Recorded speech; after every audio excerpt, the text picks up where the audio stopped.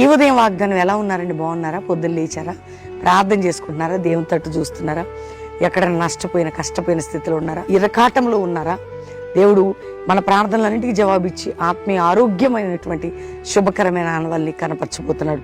చూడండి 45వ కీర్తన 7వ వచనం 2వ మాట, నీ చెలికాండ్ర కంటే దేవుడు నేను హెచ్చించినట్లు ఆనంద తైలంతో అభిషేకించినట్టు. ఏ తైలంతో? ఆనంద తైలం. ఇక అంతకు మించి ఏముంటుందండి? దేవుడు మనల్ని అట్లా హెచ్చించే దేవుడు ఆయన, ఆత్మికంగా అన్ని విధాలు వర్ధిల్ల చేసే దేవుడు ఆయన. ఆనంద అభిషేకించి ఈరోజు నీ స్థితి ఎట్లున్న దేవుడు అట్లా కృప చూపుతాడు. ప్రార్థన.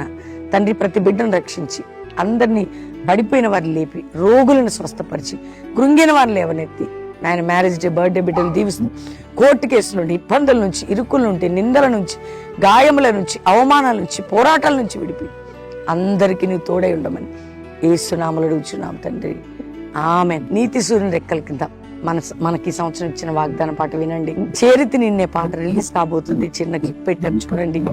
ముఖ్యంగా మీ అందరు కూడా ప్రార్థనలో ఆత్మీయతలు ఎదగండి. God bless you. ప్రైజ్.